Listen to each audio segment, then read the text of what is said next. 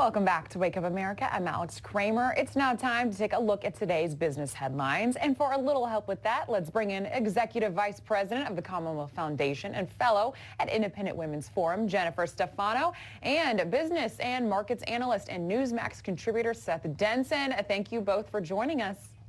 Hey, good morning. All right, guys, the Dow fell more than 800 points yesterday, but this morning futures are well up. Now, most of yesterday's sell-off spurred by fears of an economic slowdown and potential recession. Jen, is this consistent with what you're seeing?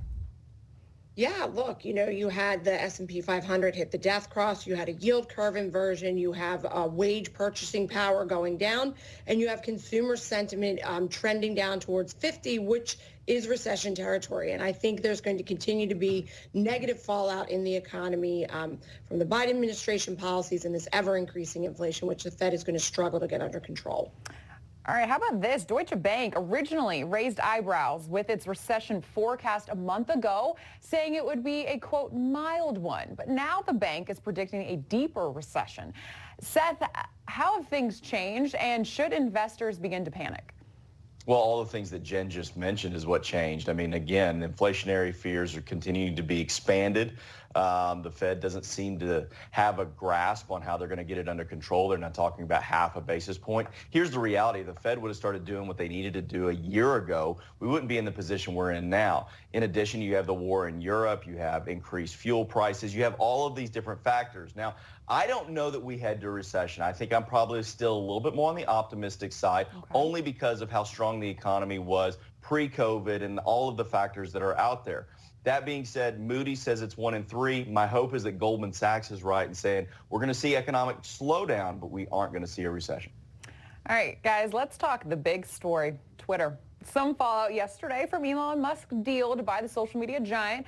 Concerns are already high from Twitter employees as to what the company will actually look like under Musk. And then Tesla's stock also fell yesterday as investors are now concerned that Elon Musk will have to pull some of his time away from Tesla to now focus on Twitter. So, Jen, what are you hearing about all of this?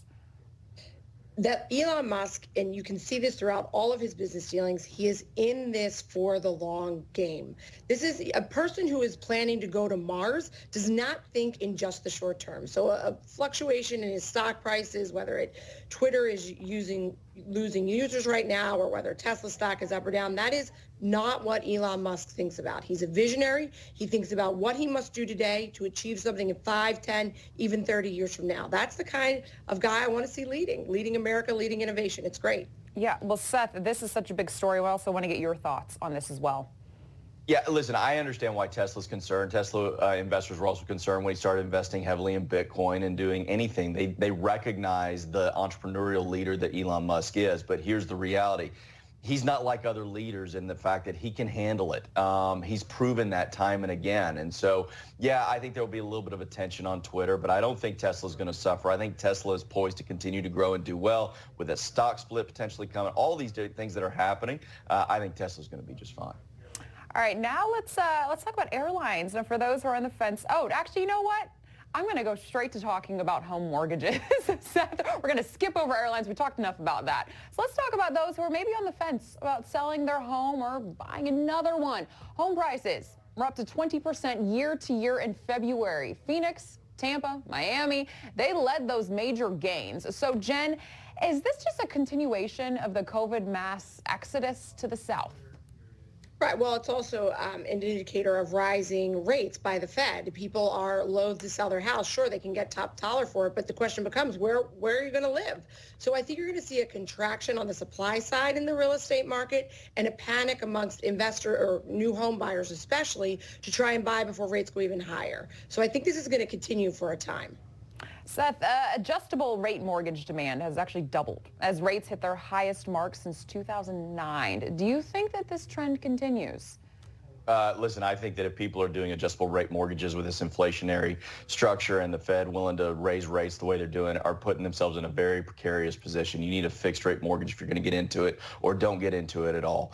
I do think that as rates continue to go up. I actually think that I think the supply is going to increase because more people are going to have to restructure how they're buying their houses. But all that being said, I think that the mortgage, we saw it peak in January, came down a little bit in February, and then again in March. This is going to be geographic. So while you're seeing it deeper in the South, I think the states that are going to have a hard time are going to be those bluer states.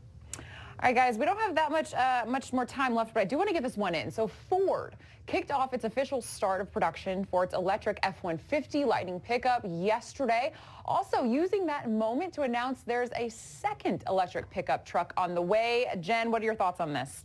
Yeah, the Ford model is fascinating because remember they broke off a separate company to do the electric. I would still say they have to compete with Tesla, who's not only doing this, but trying to create a 1,000,000-mile electric battery. They got a lot of competition there. Seth, really quickly, are you picking one of these up? I'm a big Ford guy. No, I'm not going to pick one of these up, but I am going to get a Ford truck when I can get one again when chips come out. So still a Ford guy, will be a Ford guy, like what they're doing.